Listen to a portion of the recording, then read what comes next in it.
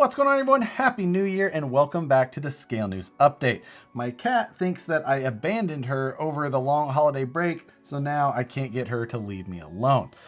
But over the holiday break, we also had a number of new news stories to cover, so let's jump right into those. First of all, let's cover the news about Axial announcing two Axial Fests this year. The first one happening in June and happening in the Midwest. Specifically Indiana, not really sure if that's Midwest. That's kind of getting east-ish. I know they called it at Midwest, but those of us from the Midwest, I think that's getting a little too far east. But nonetheless, the end of June 2020, the first Axial Fest to happen east of California. It's happening at the Badlands Off-Road Park. Now, this should be a pretty decent location for a lot of people to travel to. A lot of people think that it should come further east or further wherever. And people don't understand that people come from hundreds and thousands of miles away to travel to the one in California. So coming from anywhere on the East Coast really isn't that far. I know everybody wants an event in their backyard, but most of the time, good events you have to travel to. And obviously travel isn't convenient for everyone, but nonetheless, if you'd like to get to an event and you just never can find yourself making it to the left side of the United States, then this might be a good one for you to try and venture to. So that one's happening at the end of June, and then at the end of July, we're going to have the West Coast Axial Fest. And that one is going to be at Donner Ski Ranch again, same location as last year. And while it's not Cisco Grove, Donner was actually a really good location with better terrain, in all honesty. So I'm happy to see that it's back at Donner. I think that was a great place. The vendors row situation was much nicer. The terrain was great, and they made accommodations to be able to get you to the rocks conveniently enough that I think that the only downside compared to Cisco is that camping isn't as nice. But beyond that, it's going to be a great event. And there's accommodations not too far away where you could go stay at a normal hotel, or you could get an Airbnb and rent yourself a cabin. Events in general are really stacking up for 2020. I need to really try and start putting these things together because things are going to start overlapping, and I just want to try and keep some sort of list of these things going. So what I may do is I may try and just start accumulating all of the events that I know of and try and put those onto a single web page. I'll just host that on my site, and I'll leave a link in the description below. So you can go to harleydesigns.com and check out the event calendar there. It may not be posted as soon as this video is available, but I think I'd like to get that done even just for my own personal use. And I'll just put it out there in case any of you guys are trying to see if there's maybe a larger event somewhere nearby you that you're looking to hit up. Getting on to other news, we've got a couple of news topics from RC 4-Wheel Drive. Now, before the new year, RC 4-Wheel Drive had posted up their new set of solid axle or monster truck style axles. These are listed as a 1/10 or 1/8 scale axle with an actuated locking differential. So you can go from locked axles to open differential. Now, like I said, these are said to be for, monster truck style applications, and open and locked differential settings there could definitely have its advantages.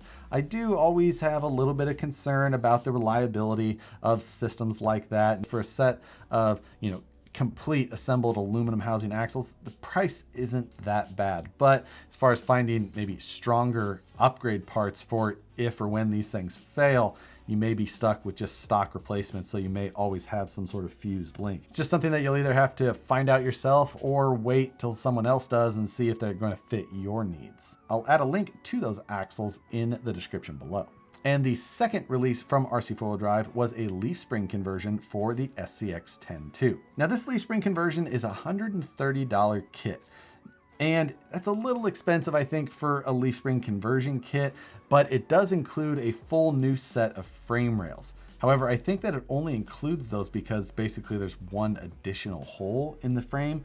Not 100% sure, that could be a little bit off. There could be some other slight modifications, but I think that's what adds to the cost of these. Now, I have made no effort in hiding that I am not a fan of leaf springs, and paying $130 to make your truck worse doesn't sound like the best idea in the world to me. But if you're on that train and you fancy yourself a leaf spring person, then now you got yourself an easy bolt-on option. So now you can build yourself up a replica of that leaf spring truck that you've always dreamed of. And then one day, maybe you'll be able to save up enough money to 4-link it and coil over it like a person in the full-size world would do.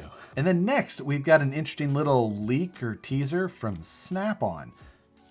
Traxxas specifically, but the limited edition snap-on vehicles is something Traxxas has done many times, and this one is taking their 6x6 platform, flatbed hauler style body on it, and that is their new sneak at a limited edition. We think it's, you know, it looks like a final polished product to me. The box art looks good, the body looks decent enough. In all honesty, I think this is a pretty cool little 6x6, other than the fact that you would never really see a car hauler like that actually crawling or anything like that.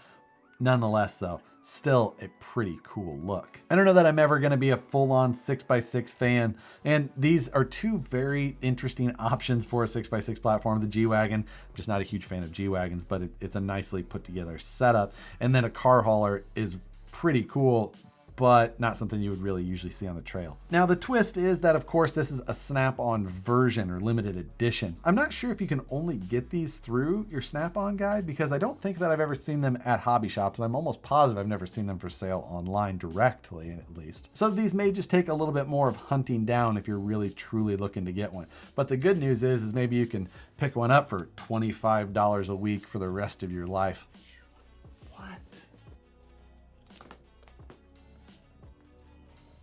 Here, let me do this.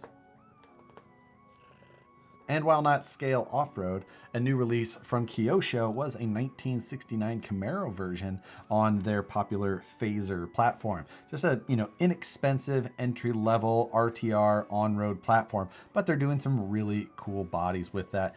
The body proportions and the color and the wheels and tires, everything they put on this platform is just a solid looking deal. When you see this thing in person, it actually looks really good. The photos just don't show the color off as good as it really is in person. But the meaty looking tires and the old school looking wheels, everything just really comes together, and this body just looks fantastic. It's a two-piece body, the second piece being comprised of the rear tail section, and just they did it in a way that is better looking than most two-piece bodies.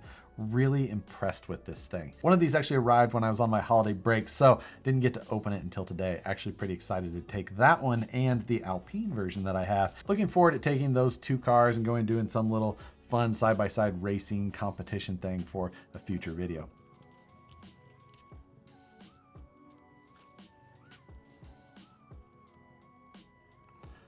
I'd lock her out, but she just bangs at the door.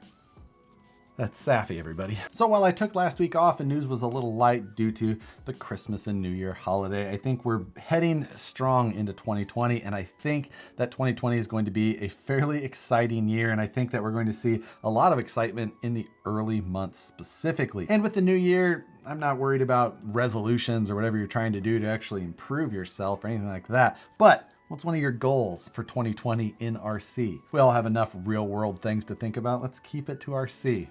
What do you guys have planned for this year? What's your top goal you'd like to achieve? Throw them in the comments below. Love to hear them. Fun to read.